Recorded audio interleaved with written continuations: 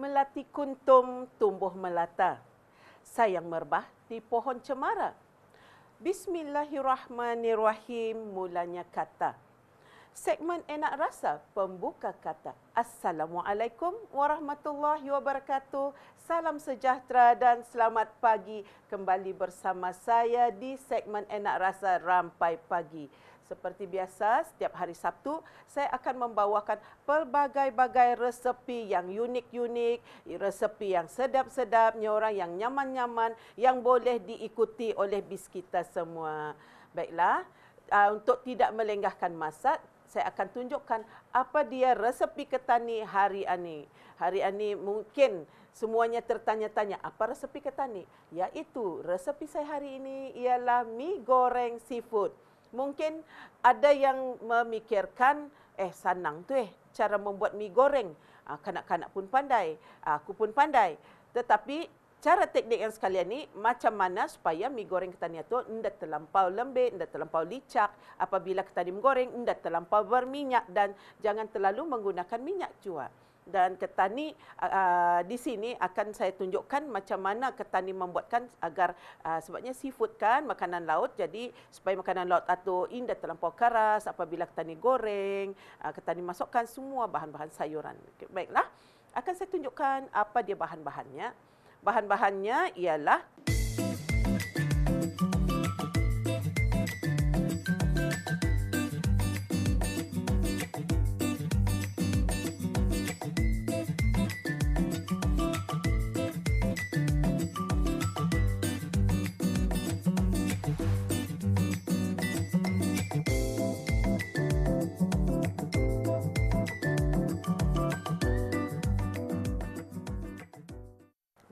saya akan mulakan macam mana hendak memasak mi goreng seafood. Pertama kali, kita nyalakan dulu apinya, biar agak panas kualinya.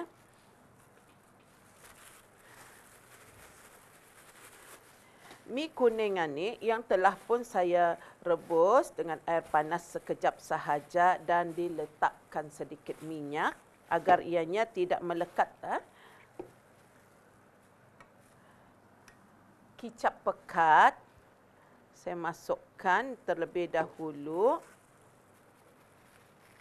ke dalam mi ini. Ini teknik sebenarnya agar Ketani tidak terlampau lama menggorengnya di kuali. Yang ini adalah kicap manis. Ketani gaul terlebih dahulu.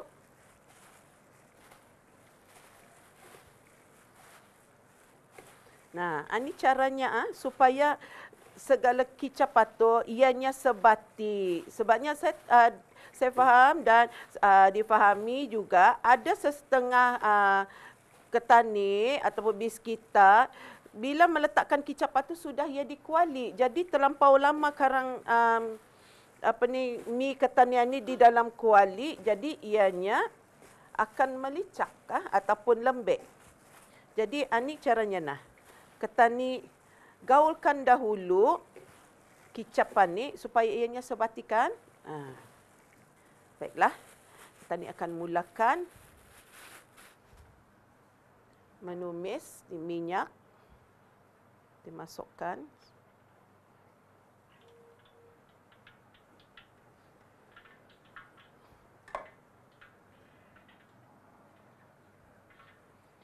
Termasukkan bawang Holland sedikit dahulu. Yang ini adalah bawang putih yang telah pun saya cincang halus. Ada orang ataupun yang pernah saya pergi ke negeri-negeri, ada setengah negeri, diorang bawang putih ni diorang cuma perekkan, diorang penyekkan sahaja. Pernah saya tanyakan kenapa cuma dipenyekkan. Sebabnya diorang mau mengambil, kadang ada yang dengan kulit lagi, diorang basuh sudah diorang penyekkan. Sebabnya kalau yang dipenyekkan ia lagi lebih ada ia punya rasa wangi dan indah apabila ketani kalau ditumbukkan ni ia macam mengeluarkan air. Ani ndak, kalau ketani penyetkan ia agak kering dan kulit tu sebenarnya kulit bawang tu bagus untuk ubat.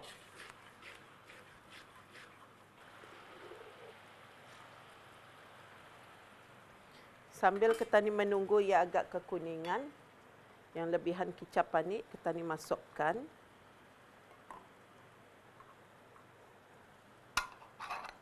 Okey. Ini gaul terlebih dahulu. Kemudian sos ni saya lebih suka menggaulnya bersama mi.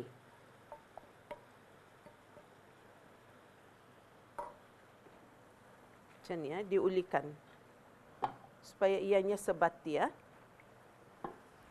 Dan sos tiram.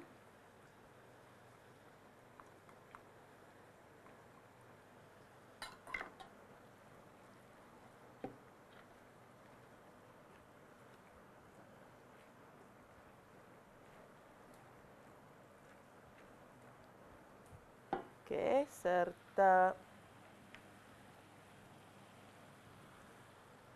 sos Thai. Ini letak dulu sedikit dan kemudian semasa memasak.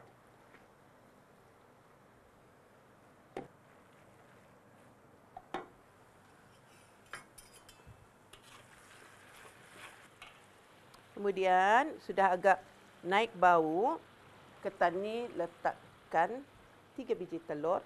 Sekiranya bis kita kan mau banyak lagi telurnya pun boleh. Terpulang bis kita sama ada akan meletakkan telur ataupun tidak, tapi saya lebih suka meletakkan telur awal untuk ketani agar mi ketani itu tidak terlampau berminyak, sebab kalau telur ni ia akan minyak ni akan meresap tempat telur itu.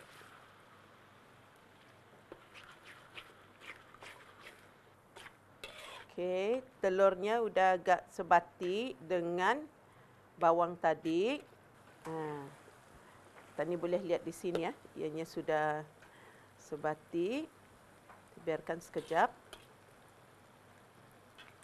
Kemudian ketani boleh letakkan udang. Yang ini sotong dulu. Ketani masukkan. Bahan-bahan seafood lah. Jadi sotongan ini tidak payah terlalu lama sebab telah pun tadi digoreng setengah masak supaya bila ketani masukkan kemari tidak payah terlalu lama. Yang ini udang. Udang pun kalau ketani membuat supaya ianya masih lembut, hendaklah digoreng sekejap ataupun direbus sekejap untuk membuang airnya. Jadi bila ketani masukkan ke sini, ia tidak payah terlalu lama untuk dimasak supaya mengambil ia punya kesegarannya. Kalau udang terlampau lama ataupun sotong terlampau lama ketani masak, ia akan keras. Jadi barulah saya masukkan sos selebihnya. Sos Thai tadi ataupun boleh bis kita menggunakan chili sauce. Dan garam sedikit sahaja. Sedikit saja. Saya letakkan sebab tadi sudah menggunakan sos tiram tadi. Jadinya saya menggunakan sedikit sahaja. Asal saja mengambil rasa.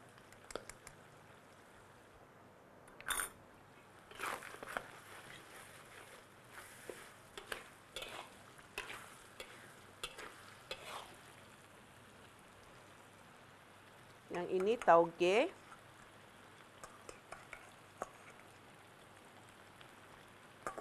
Tauge ni sebenarnya senangnya kalau sekiranya sendiri kan bertanam. Ditabur saja kacang hijau itu.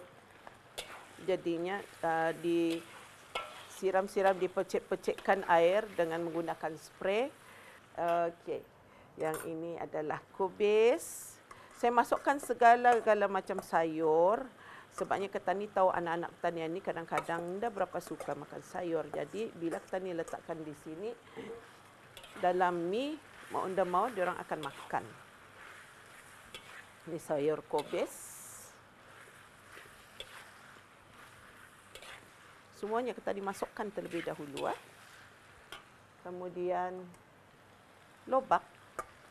Kenapa saya masukkan dulu sayur-sayur, segala macam seafoodnya, supaya ianya sebati terlebih dahulu. Kenapa tidak saya masukkan dahulu minyak? Sebab saya tidak mahu nanti minyak itu akan lembek. Jadi kita ni biar ianya meresap terlebih dahulu, sayur-sayuran ni meresap sebati, barutah kita ni masuk minyak. Ini kita ni masukkan kapsikum untuk membagi warna. Kapsikum ni juga, kenapa saya masukkan, kalau ada warna hijau pun bagus lagi ya. Warna-warni saya masukkan sebabnya ianya juga adalah sebagai obat dunia untuk segala macam penyakit. Dan terakhirnya baru saya masukkan sayur. Sayur sawian ni terpulang. Kadang-kadang ada orang dah berapa suka. Ada yang suka, ada yang tidak. Kalau kanak-kanak, boleh kita ni potong yang halus-halus, hiris halus-halus. Kalau katanya apa tu? Anu yang tu untuk badan sehat. Untuk bagi tinggi. Kalau siapa makan sayur, tinggi badannya, dapat main basketball. Nah, kan? Okey, apabila sudah siap, baru kita masukkan mi. Baiklah. Akan menggunakan sarung tangan lagi. Tutup apinya. Tinggal kita ni masukkan ininya.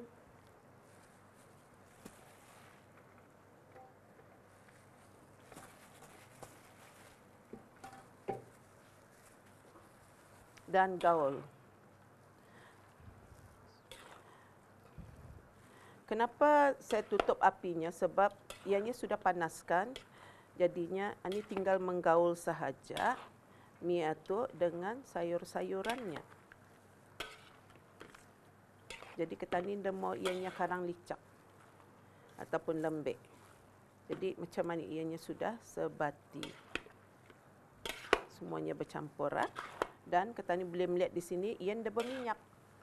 Dan tidak juga terlalu kering dan tidak terlalu basah. Sebati sudah.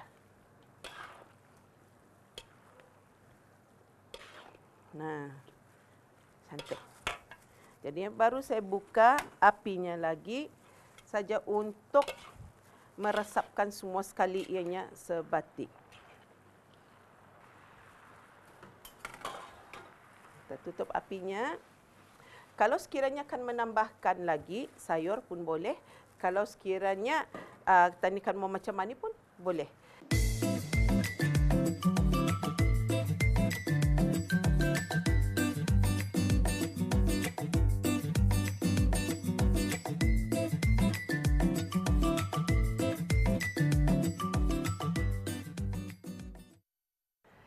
Mau kicap, tolong belikan kain sutra, kain satin. Mohon maaf saya ucapkan. Tulus ikhlas lahir dan batin. Inilah hasil mi goreng seafood yang telah pun siap saya masakkan tadi ataupun tunjuk cara. Mungkin bis kita ada yang terlepas pandang ataupun dah sempat mencatat-catat apakah bahan-bahannya, mungkin terlepas pandang melihat sama ada udangnya tu direbuskah, digorengkah. Jadi bolehlah bis kita melayari IG Rampai Pagi ataupun YouTube segmen Enak Rasa Rampai Pagi dan tekan tajuknya mi goreng seafood ataupun mi goreng makanan laut. Tapi mi goreng seafood. Jadinya bis kita akan melihat di sana tunjuk cara saya macam mana tadi membuat mi goreng seafood ini. Sampai jumpa lagi. Assalamualaikum warahmatullahi wabarakatuh.